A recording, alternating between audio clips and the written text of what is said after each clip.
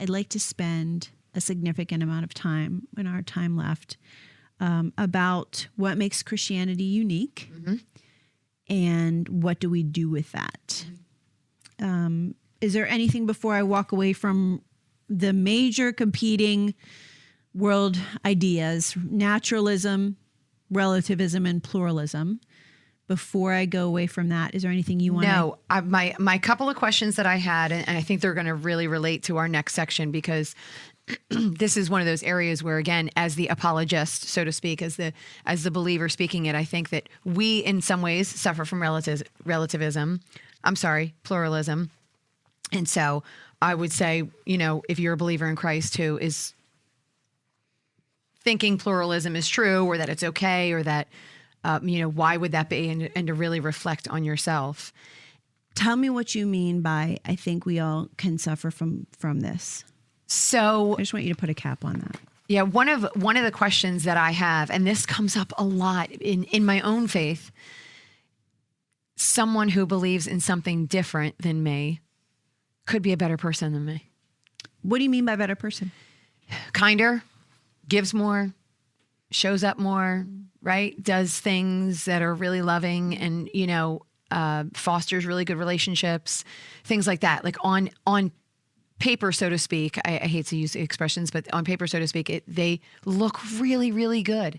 And they believe in something totally different than me. I believe that Christ, and we're just doing the Beatitudes in the book of Luke and the one study that I'm in. And so he asks us to show mercy and to be good and to love on people who don't love us and to be forgiving. And I do not do those things well, right? I just don't. And I work on them, and I want to honor those things, and I pray about those things, and yet I don't really do them well. And I can see other people who might do them better than me, and they don't believe in what I believe in.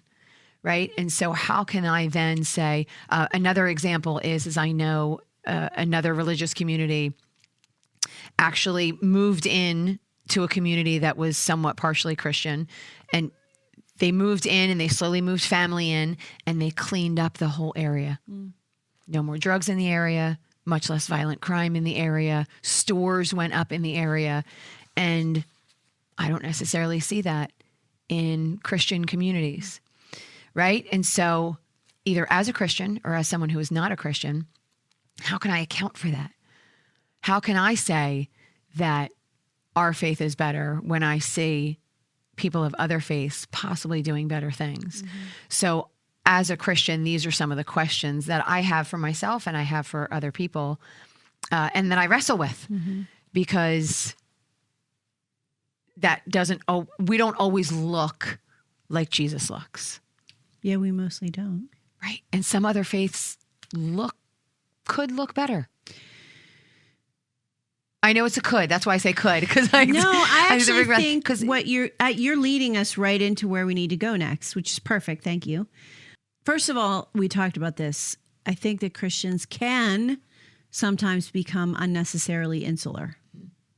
Where, you know what they say, that Sunday morning is the most segregated day of the, time of the week, or day of the week, time and whatever. Like, we just go into our little churches and we're not out doing the work because we're actually fighting with each other. My flavor of Christianity is right. Yours is wrong. Egalitarianism, complementarianism, dispensationalism, Arminianism. Like we love to have those arguments. Yep. We love inside our own churches and with other churches. So we are a people who feel like we have some truth and often get it wrong as far as how we live that out. I will say there are a lot of Christians who are doing the good things. So, and if we're really living biblically, we are doing those things.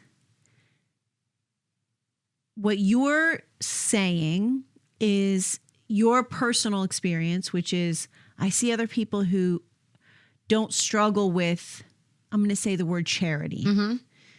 And because that to me covers charity of like I can give you grace. You're a jerk, but I can love you anyway. I'm out there doing the things, boots on the ground, So I'm just going to put that under Sure. like charity.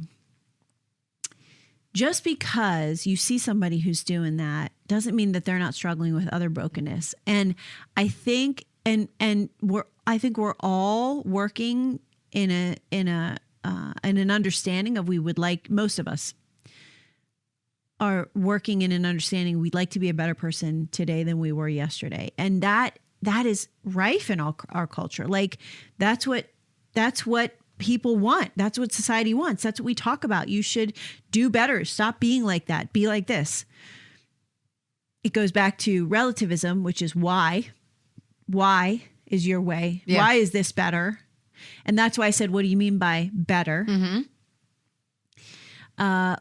But I don't think anyone can argue. No one can argue that the human condition is we are not able to consistently do that. And I think what you transparently shared is I'm not able to consistently do that. That's a great springboard with people who you're talking about. They say, I'm not able to consistently be the person that I want to be. Paul says that. I do what I don't want to do. And what I want to do, I can't do it. Yeah. That's so common. And I don't care who you are.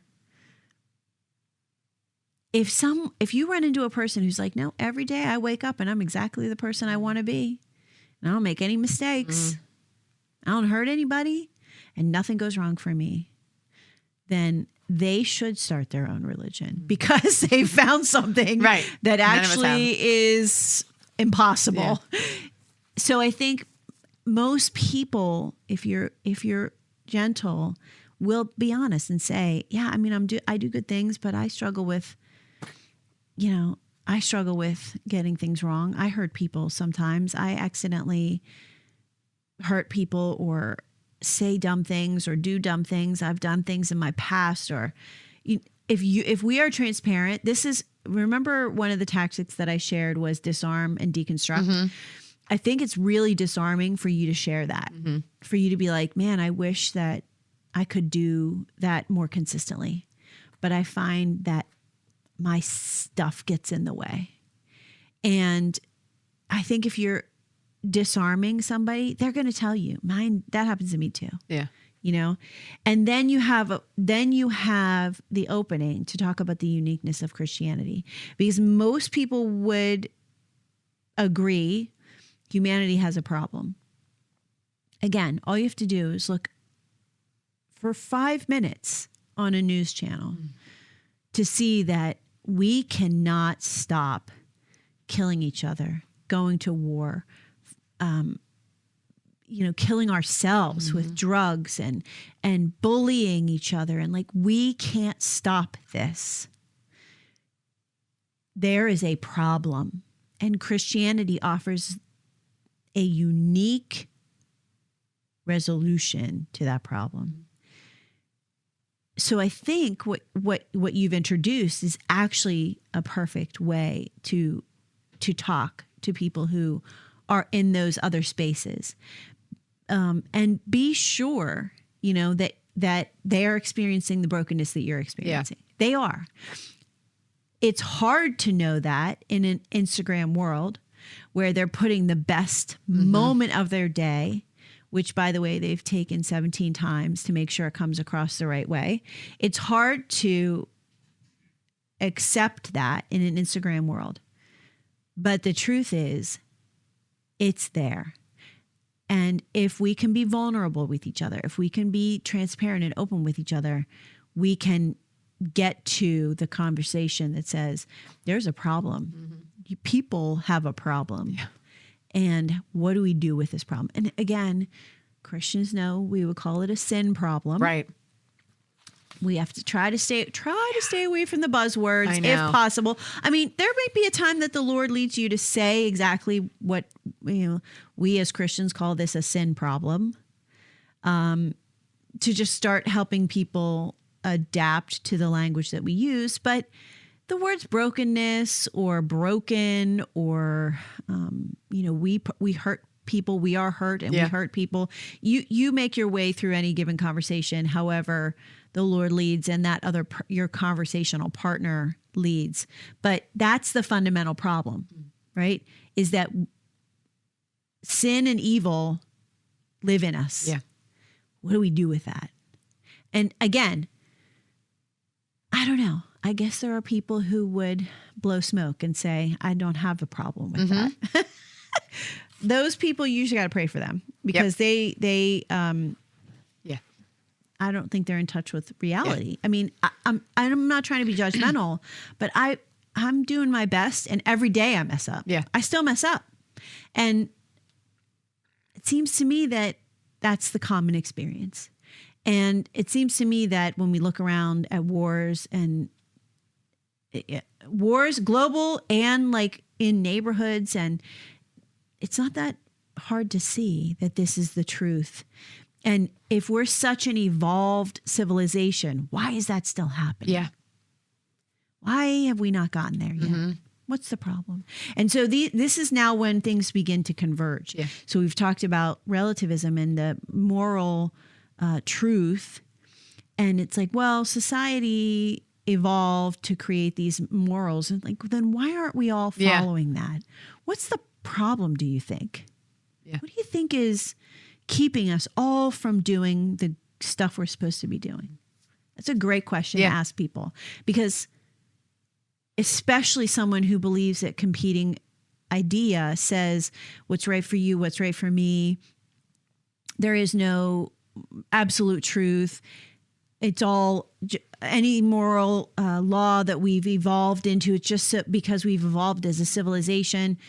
Okay, then why after all this time, with all this technology, look around where we have gotten to, where we live right now, and the intellect and the advances and the innovations our civilization has achieved.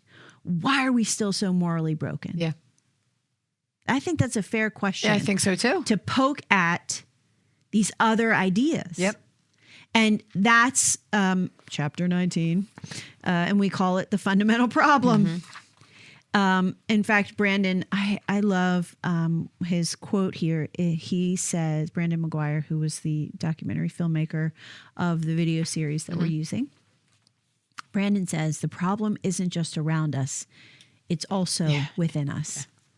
Yeah. And that's a really sort of short, nailed it way to summarize what I just said. Yeah. Tell me how that's landing with you. Well, I have been around someone who does not think the problem is within them. So I do want to let you know that it is out there. I'd like to meet that person. It's frustrating, only because internally I know that I have such brokenness, and there's a freedom there. And so when I admit that freedom, that's why I need a savior. Right? There's fear in that person that you're talking about. I don't know that person. Absolutely. But there's fear in being honest. Yeah. Would be my guess. Yeah. I'm not a psychologist. I know. And I would agree with you. And I get frustrated and I have to pull back from that frustration. But I've actually, like I said, I've been there where, and there's a lot of pulling yourself up by your bootstraps kind of thing. Look, no, we just need to be better in the morning. We just need to wake up and do better and be better. And so that idea of recognizing the internal brokenness. And I work in a high school. Wait, before you go into that, if that person says we just have to do better, my question I think would be, what do you mean we, and what do you mean better? Yeah. Good questions. Because if that person is saying, well, I just did better, maybe I would say, have you experienced times where you just needed to do better? And how did you accomplish that? Yeah. You can give them a chance to tell you all about how they were better. But what you can circle back to is then there was a time you weren't as good, which means you had a problem. Right. And you solved it in yourself. Was there ever a time where you struggled with solving it in yourself? I just heard something in when you said the word better. That's a term that implies there wasn't a time when you were better, right? Yeah. Of I needed to improve. I wasn't what I should that's be. good. Yeah. And saying I wasn't what I should be comes back to who says? Yeah. Right. Who says? And how did you determine you weren't what you should? I just wanted to No, that's great. That's drop good. that Yeah. in. Sorry. Go ahead about the high school. I was going to say, yeah, working in the high school, and I'm an old person now. And so I'm like this generation, You're not right? old. Like Get off my lawn. right. Exactly. Go run over to the neighbor's house. Yeah. So, but obviously I joke and I really enjoy this age. I am in high school, so I enjoy high school age, something like 14 to 17, 14 to 18, something like that. And I enjoy it, but there's a huge prevalence of it's all their fault. Right. Like it's so it's everything on the outside. I do what I do because the outside forces me to do that. And so I watch that come up. I mean, not their fault. Totally not their fault. Okay, I got you. Completely not their fault. It's someone else who did something to me. Yeah. Or someone else who provoked that in me. Or someone else who caused me to do that. And what I did wasn't as bad as what they did to me first or what I experienced from them first. And so as a believer, right, I go, no, it's inside. It's inside. Don't forget, it's coming from here. Yeah. If it didn't come from here, it wouldn't come out here. That's right. Right? It wouldn't manifest itself in something that isn't from the inside. So just these small ways of seeing how this generation is growing up. And again, they're young, right? Young brains are different than older brains, mature brains. And so watching them say everything is from the outside and nothing is internal makes me frustrated in that I'm like, no, it's all internal. And of course there's outside forces because the outside forces have the internal also. Wait, I have a great example for you and you can use it with the kids. Okay. I think it's Paul Tripp. who showed me this for the first time. You have a water bottle there. Yeah. Okay, so pick it up. Oh, yep. Do you know this? Yes, I do. Okay, if you were to take the lid off that bottle and shake it, what would happen? The water would splash everywhere Why? because it's inside. Nope. Why would most people say? Oh, sorry. Why So would I'm shaking the bottle. Right. Why is the water coming out? Because I'm shaking it. Okay, because I was like, I couldn't. So if I took the lid off and didn't shake that, the water wouldn't come out. Right.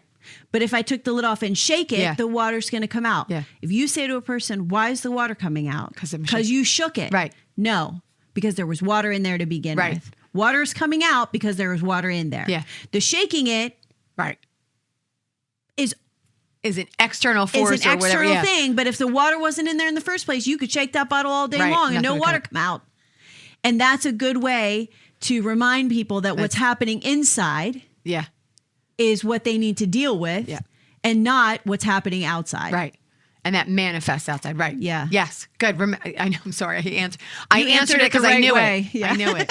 You cheated. Sorry. But it's a good example, isn't Yeah, it? it is. It's a great example. Great visual. Yeah, I think so too. So yeah, that is a common perception. Yeah. The problem isn't in me, it's around me. Yeah.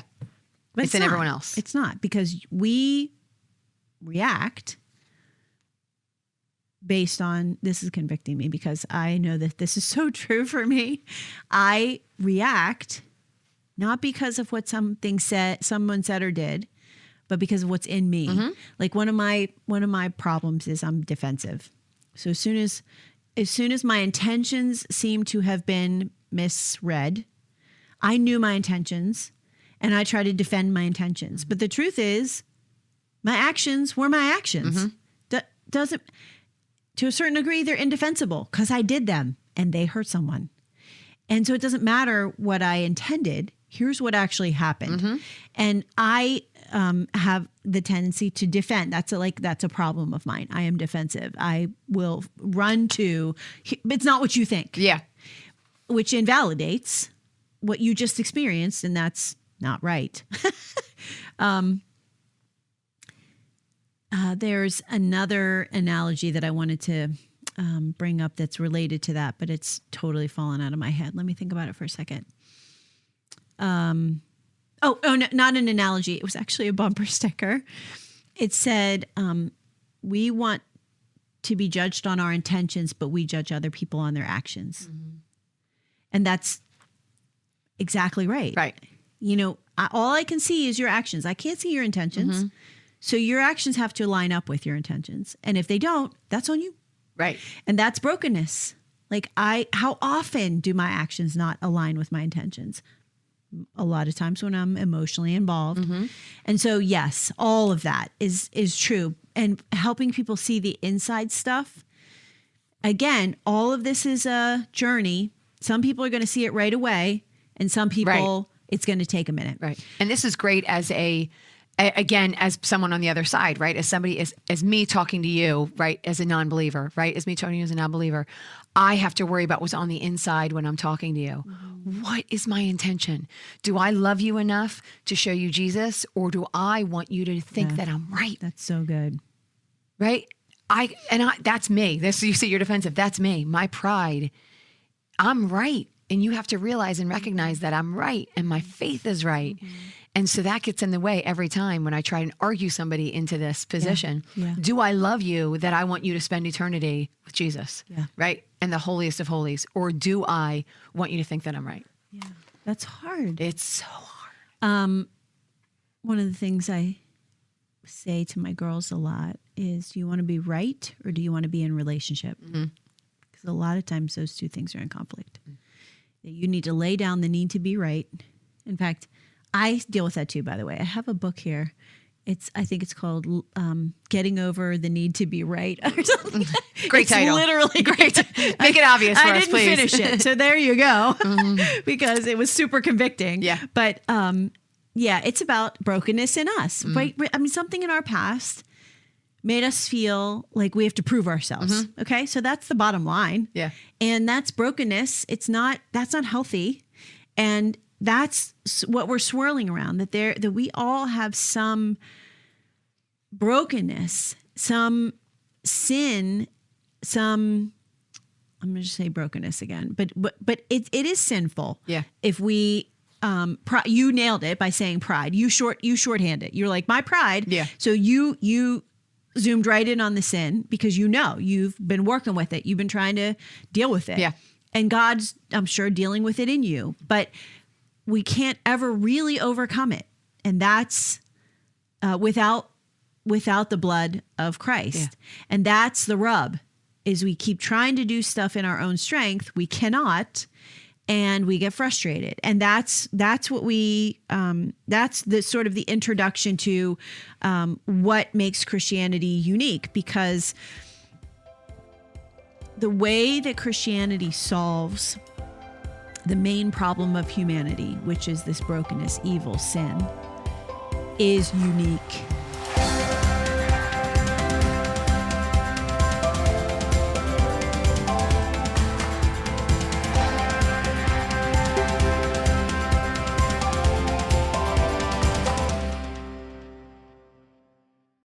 Hi, I'm Holly, and I'm the primary teacher and author here at Study with Friends. My education is from a Reformed theological seminary, so you'll see that come through as we teach and study together. But on occasion, I'll introduce concepts from other doctrines when I think they shed light on the material, just so that we can have a well-rounded understanding of lots of different perspectives on the text. We strongly believe that you should know and understand who's teaching you the Bible, and so you can learn more about me at studywithfriends.org or zondervan.com. We're just really glad you're here.